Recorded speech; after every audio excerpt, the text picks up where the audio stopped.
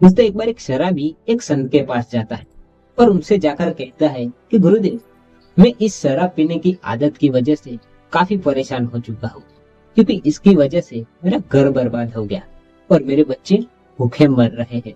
कृपया इसे छोड़ने का कोई मार्ग बताएं। तो गुरुदेव थोड़ा मुस्कुराए और कहने लगे कि अगर तुम्हें पता है कि इस शराब की वजह से मैं बर्बाद हो चुका हूँ, फिर इसे तुम छोड़ क्यों नहीं देते? तो शराबी कहने लगा कि गुरुदेव, मैं इसे छोड़ना तो चाहता हूँ, लेकिन ये शराब मेरे खून में इस तरह से समाई हुई है कि ये मुझे छोड़ने का नाम ही नहीं लेती है। कृपया मुझे कोई उपाय बताइए। तो गुरुदेव ने कहा कि कोई बात नहीं, कल तुम इसी वक्त आना, मैं तुम्हें इसे छोड़ने का उपाय दूंगा। तो दूसरे दिन वो शराबी उसी वक्त आया, लेकिन आकर देखता है कि गुरुजी ने एक खंभे को पकड़ के रखा था। काफी देर वो सोचने लगा कि गुरुदेव ने इस खंभे को पकड़ के क्यों रखा है, लेकिन उससे अब रहा नहीं गया। तो उसने पूछ लिया कि गुरुदेव, आपने इस खंभे को पकड़ के क्यों रखा है? तो गुरुदेव कहने लगे, अरे मैं इस खंभे को छोड़ना चाहता हूँ, लेकिन ये खंभा है कि मुझे छोड़ ही नहीं रहा है। तो शराबी हंसने लगा और कहने लगा कि गुरुदेव, मैं शराब भले ही पीता हूँ, लेकिन मैं इतना भी मूर्ख नहीं हूँ। ये खंभा आपको कैसे पकड़ के रख सकता है, क्योंकि इसके तो हाथ ही नहीं है।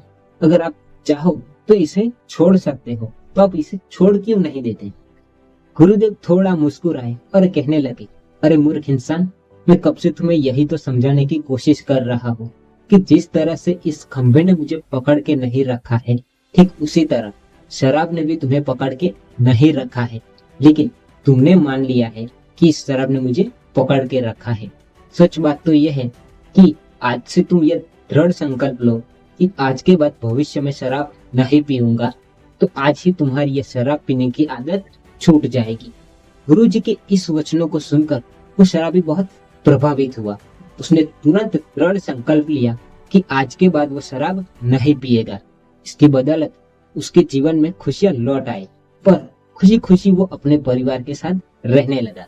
दोस्तों, ये छोटी सी कहानी हमें ये सिखाती है कि जीवन में ऐसी कोई व्यसन नहीं है जिसे एक बार लगाने के बाद छोड़ा ना जा सके। अगर मनुष्य चाहे तो बड़ी से भी बड़ी बुराई का त्याग कर सकता है। दोस्तों, आई होप ये स्टोरी आपको अच्छी लगी हो और वैल्यूएबल लगी। तो मिलते हैं अगली कहानी में, तब तक के लिए till the time take care. और लास्ट में इतना ही कहूंगा, कर दिखाओ कुछ ऐसा कि दुनिया करना चाहे आपके जैसा।